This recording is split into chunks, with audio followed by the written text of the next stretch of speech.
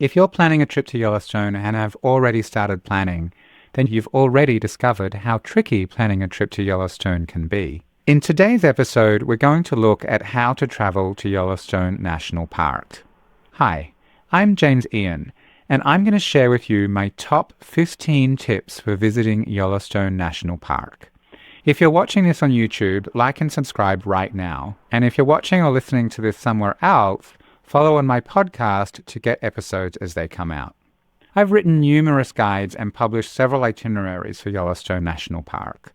By sharing my top tips for traveling to Yellowstone, I'm going to help you have the best trip possible.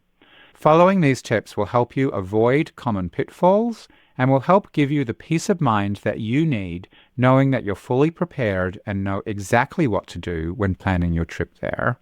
Be sure to stay to the end, where I'll be sharing my number one tip for Yellowstone. Let's get into it. Welcome to National Parks Collecting with James Ian. He's a national park expert. He is here to help you have the best national parks trips ever. Get tips, discover hidden gems, and learn all you need to know. This is your path to collecting national parks experiences, memories, and maybe even a stamp or two. So what are my top tips for Yellowstone National Park? Remember to stay to the end, where I'll be sharing my number one tip. You'll want to know it before you go. What's my first Yellowstone National Park planning tip? A self-guided audio tour is a great way to enhance your Yellowstone vacation.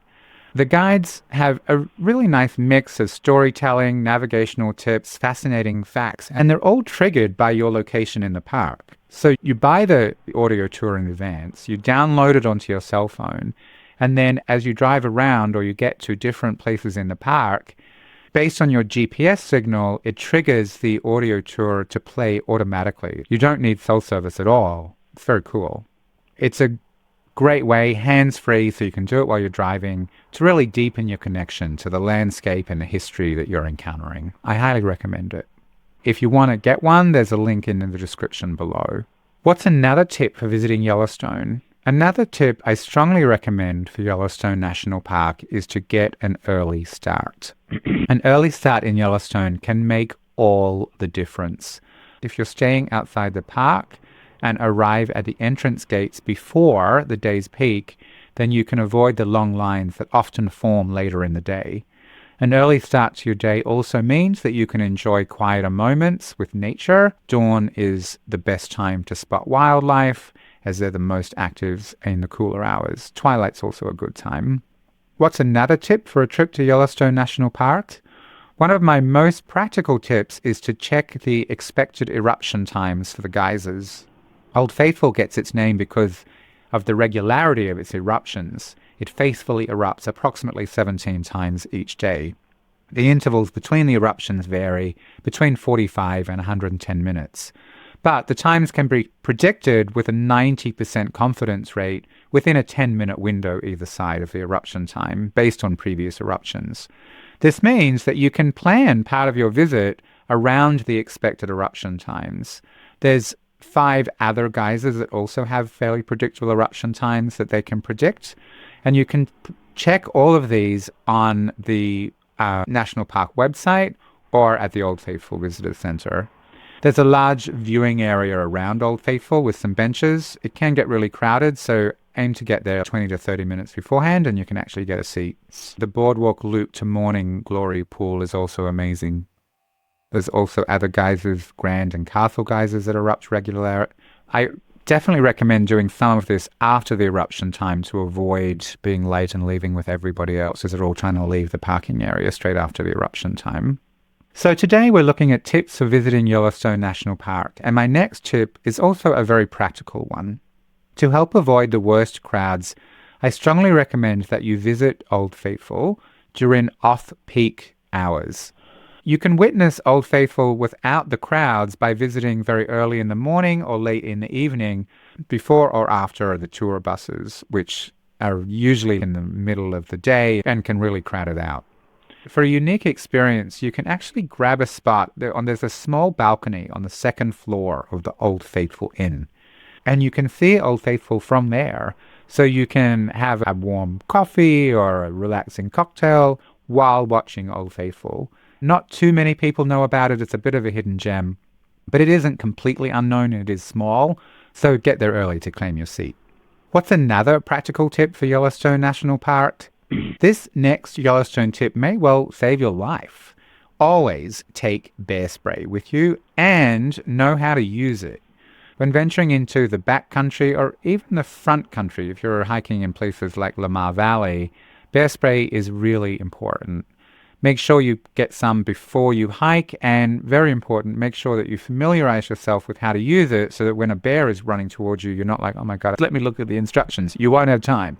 Bear encounters are rare, they do happen, and preparedness can just make a really critical difference. So even if it seems like overkill, I strongly recommend it. If you are hiking off the boardwalk, don't hike off boardwalks if there's boardwalks. But if you're in the backcountry where there's a trail that's not on a boardwalk and there might be bears around, then hiking groups make noise and follow the park guidelines to reduce the risk of an encounter.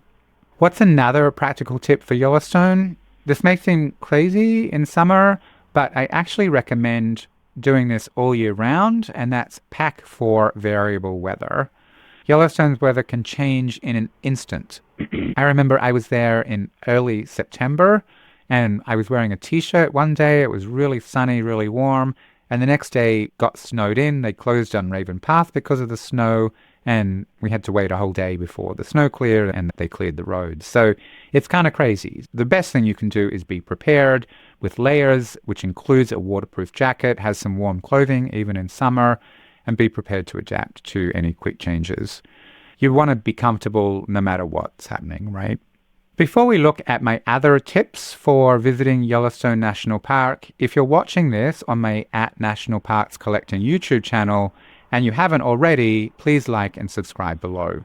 What's another top thing that visitors to Yellowstone National Park should do?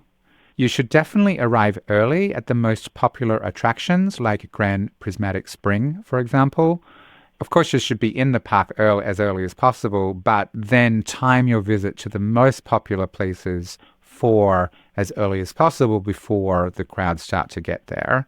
Considering that most people drive around Yellowstone, you'd think that the parking areas would be much bigger. There is plenty of parking at Old Faithful, but much less at some of the other popular spots. Grand Prismatic Spring, for example, is an absolute don't-miss site. It's amazing.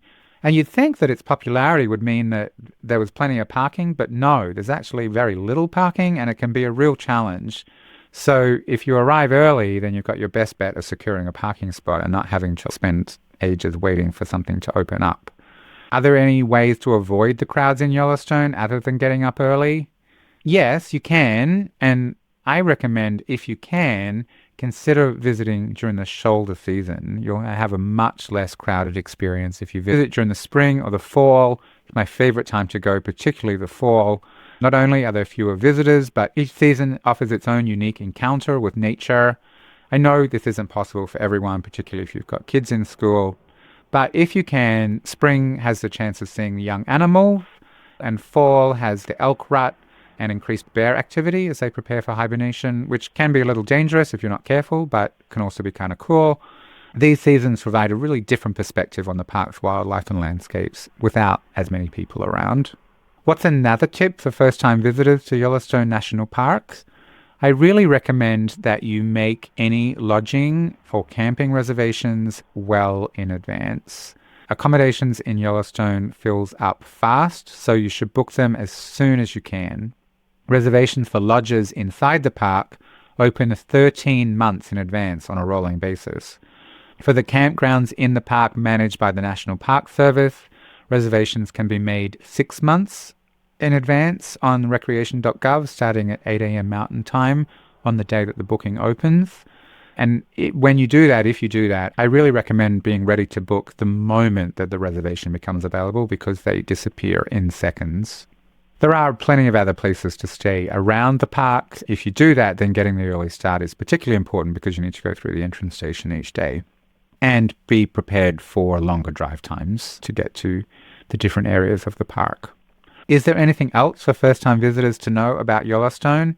Well, another of my tips for visiting Yellowstone is to be prepared for limited cell service. This is common in many national parks. Yellowstone isn't the only one, but Cell service can be really spotty or non-existent, so just prepare accordingly. Before you arrive, download or print any maps or itineraries. If you're traveling with a group, establish meeting points in case you get separated. This will help keep you on track and ensure that you spend more time enjoying the park and less time worrying about logistics. What about seeing the park's main attractions? Well, I have tips for that too, for sure. If you have the time, you should try to visit all of the park's major geothermal features. They're focused on different areas, and I recommend going to them all. There's basically 4 different types of geothermal features in Yellowstone. There's the hot springs, which are the colorful pools. There's the geysers, which kind of erupt. There's also mud pots, that kind of bubbling mud. And there's also fumaroles that are like steam vents, so steam coming out of the ground. Each type is kind of cool. They offer a unique glimpse into different thermal activity going on in the park. And so I recommend seeing them all. Top spots to see each of these. And if you don't catch all of these, then they're listed on this similar article on my website. The link is in the description below. But for the hot springs, main places are Midway Geyser Basin, Norris Geyser Basin, and Upper Geyser Basin. For geysers, also the same, Midway Geyser Basin, Norris Geyser Basin, and Upper Geyser Basin. So you'll see both hot springs and geysers in the same places.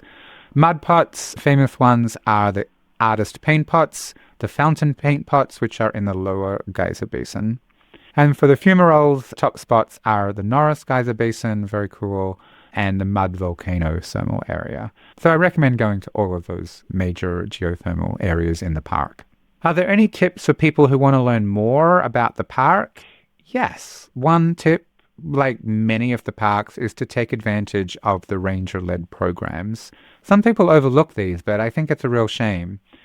Yellowstone's ranger-led programs are super informative, they're really engaging, and they offer really great educational experiences into the park's history.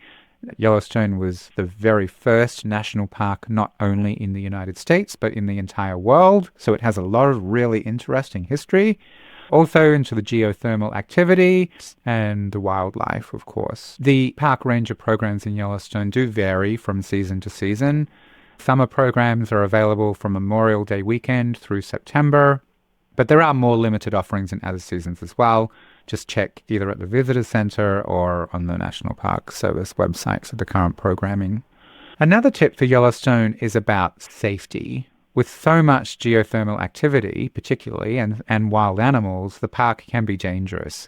So it's really important to stay on the boardwalks and the trails, particularly in the thermal areas. This is for your own safety and also for the preservation of the delicate ecosystem. There are signs everywhere, and it's common sense, but every year several people leave the trails and they endanger both the environment and themselves. The ground in these areas can often be very thin and fragile, and there's boiling water, scalding water that will take the flesh off your bones directly below a thin crust that you can burst through if you step on it. So it's extremely dangerous. It damages the environment, but it can also do serious harm to you. So strongly recommend for everybody to stay on the boardwalks. They're created there for a reason. What's the biggest mistake that you can make when planning a trip to Yellowstone National Park? Well, so far we've looked at 13 tips for the park. We have 2 more to go. So stay to the end to hear my absolute top tip in just a moment. But first, a look at my second last tip, which is to use one of my itineraries. What does that mean? Well, as you've seen now, there's just a lot going on in the park. It's big. There's loads to see and do. It's spread out. It can be really crowded. Timing of activities matters for many of them. So it's a lot, right? The number one thing that people ask me about is how to put everything together in one place, into one itinerary, all of the information that they need into a schedule that's timed to be in the right place at the right time, that they're not going to miss out on something, that they're going to see everything that they want to see, and they don't spend time waiting for a parking area or waiting to get into the park or anything like that. So I've created really detailed 1-day, 2-day, 3-day, and 4-day itineraries.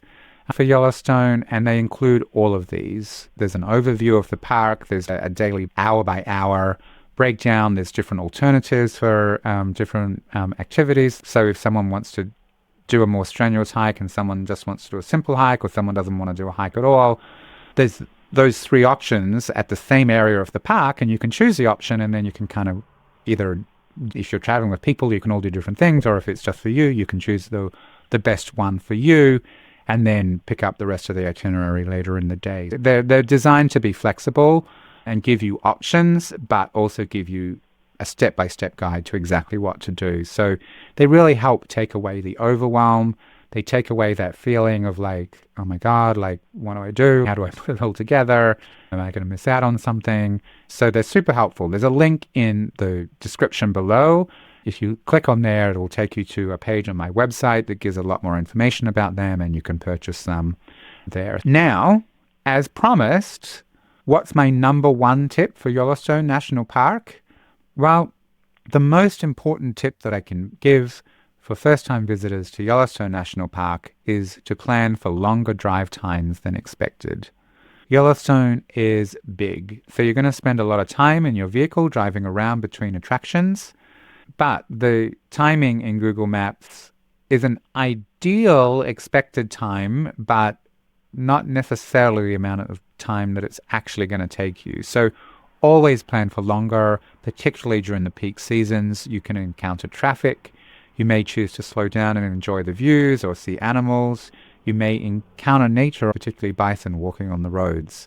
They're often shared with the bison. This flat, easy road is much nicer for them to take than off-roading in the field or the forest, but that can bring traffic to a complete standstill while everybody waits for the bison to leave the road or to move on.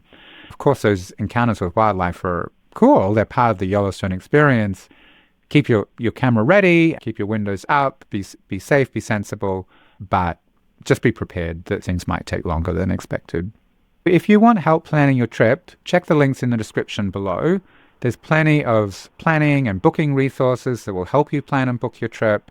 And of course, keep watching my videos to get even more help so that you can have the most amazing national parks vacations ever. And if you want to get notified about the next episode, just subscribe and click the link below.